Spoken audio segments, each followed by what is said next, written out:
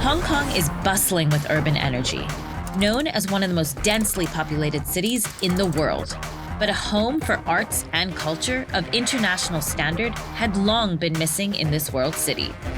That is what inspired the development of the West Kowloon Cultural District.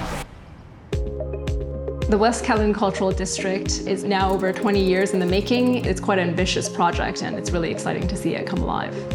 Self-termed as one of the world's largest cultural quarters, the gravity of the project is widespread for Hong Kong and the world.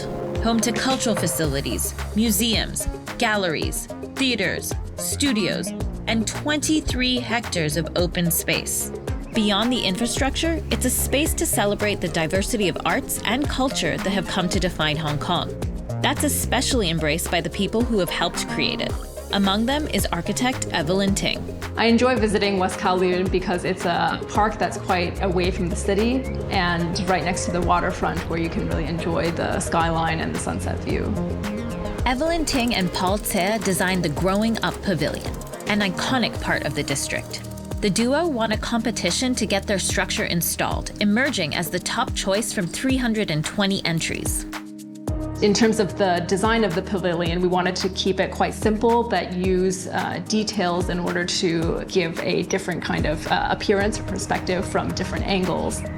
The design idea behind the pavilion is really to reflect the theme of growing up.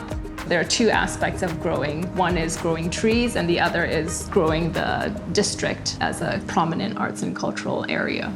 Over the decades, the project's focus has been on enriching the lives of Hong Kongers, aiming to provide them with more public space and access to the arts, all while striving to be a leading arts hub in Asia. One of the things that I'm looking forward to in the West Kowloon Cultural District is the M+ Museum opening. I think it will be a very exciting new visual arts museum venue in the area. The entire facade is designed to be a giant LED screen for different digital art displays, so I think that will be a very exciting addition to the Hong Kong skyline.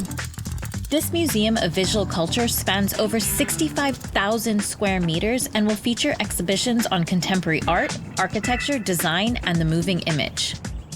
Besides M+, the district will also be home to venues for traditional Chinese culture and art. One such place is the Hong Kong Palace Museum. The museum, which has a design inspired by the Forbidden City, will showcase artworks and artifacts from China's imperial dynasties.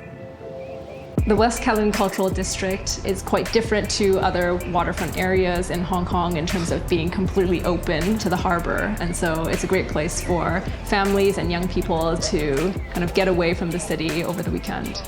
This green feature of the West Kowloon Cultural District is hard to miss. The art park covers a large part of the district's 23 hectares of open space and is used by Hong Kongers day and night. Now that there are a lot more venues that are opened up, people can enjoy new exhibitions as well as a lot of outdoor activities. So there's a stretch of restaurants and cafes along the waterfront. And so it's a great place to sit and have a very direct relationship to the harbor and enjoy the views.